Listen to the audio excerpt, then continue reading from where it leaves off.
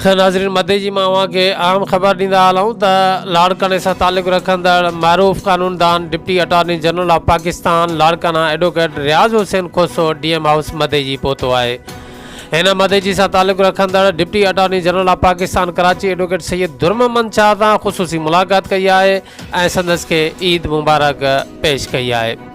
अव्हांखे ॿुधाईंदा हलूं त डीएम हाउस मदे जी ते मौजूद मुअज़्ज़िज़ीन वहीद शाह, जुम्मन मीरानी, अब्दुलसलाम पंवर, रोहिड़ी का मरूफ व्यापारी सलीम शाह, मलिक एजाज खान, साले पटर का ज़मींदार गुलाम मुस्तफ़ा नापर, गोसपुर का मरूफ व्यापारी हमीदुल्ला उगाई, डॉक्टर माजिद अली उगाई, एडवोकेट सैयद दुर्ममन शाह, एडवोकेट रियाज़ हुसैन खोसो के गुलनि ऐं पैसनि जा हार पाराए डिप्टी अटॉर्नी जनरल बणजण ते ख़ुशीअ जो इज़हार कंदे मुबारकबाद पेश कई आहे। जी नाज़रीन, अव्हांखे आम ख़बर पे ॾियूं मदे जी मां त लाड़काने सां ताल्लुक़ रखंदड़ मरूफ़ कानूनदान deputy attorney general of Pakistan Larkana advocate Riaz Hussain Khoso DM house मदे जी पहुता आहिनि। हिन मदे जी सां ताल्लुक़ रखंदड़ deputy attorney general of Pakistan Karachi advocate Syed Durmman Shah सां ख़ुसूसी मुलाक़ात कई आहे ऐं संदसि खे ईद मुबारक पेश कई आहे। जी नाज़रीन, अव्हांखे ॿुधाईंदा हलूं त मज़कूरा एडवोकेट सैयद दुर्ममन शाह ऐं एडवोकेट रियाज़ हुसैन खोसो हिक ॿिए खे पिणु मुबारकबाद पेश कई आहे डिप्टी अटॉर्नी जनरल बणजण ते ऐं ख़ुशी जो इज़हार कयो आहे। उन सां गॾोगॾु गुलनि जूं कंडियूं ऐं हार बि हिक ॿिए खे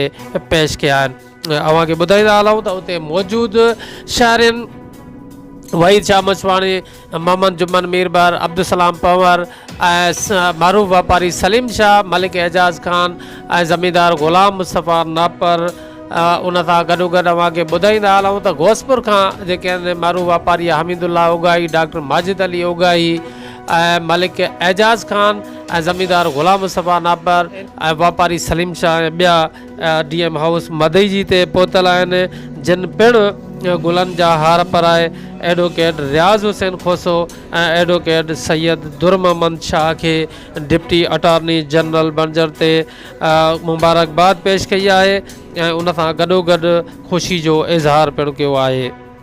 हिन वक़्तु गोसपुर खां आयल साथी एडवोकेट सैयद दुर्ममन शाह खे हार पाराए मुबारकबाद ॾेई रहिया आहिनि।